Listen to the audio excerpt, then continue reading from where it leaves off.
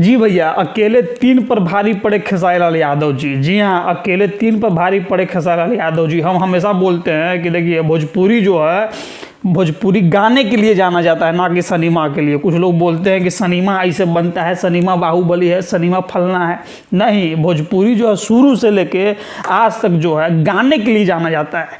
अब कैसे भारी पड़े 3 पर खेसारी लाल यादव जी, हम आपको बता रहे हैं। पहले अभी गाना सुनिए।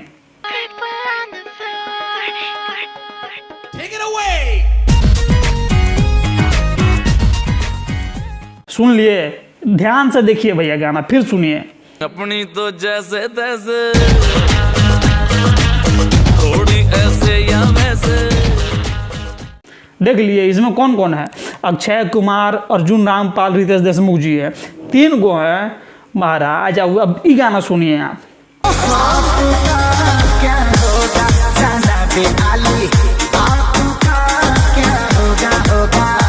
भारी नहीं पड़े हैं, हम आपको बता रहे हैं भारी कैसे नहीं पड़े हैं महाराज। भारी पड़ गए हैं, ढेर भारी पड़ गए हैं। उस जमाने में जब आए थे ये तीनों लोग, तब पूरा जो था इंडिया, यूपी, अल्लाह फल्ला चिल्ला सब बसता था सिनेमा घर में। लेकिन खेसारी लाल यादव जी का जब अबरी गाना आया है, मालूम है क्या हो गया है?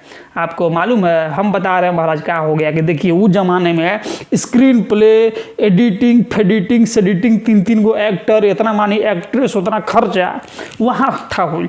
अब इसमें देखिए खेसारी भैया के गाना में जो है अकेले खेसारी लाल यादव जी तहलका, और एक्ट्रेस भी कम सम, और म्यूजिक धुइयाँ महाराज, म्यूजिक धुइयाँ, स्क्रीन प्ले गर्दा, सब कुछ तबाही है महाराज। तो क्या कमी है? गर्दा नहीं है। खेसारी लाल का डंका जो है बज गया है। खेसारी लाल यादव जी भारी पड़ गए हैं 3 पर।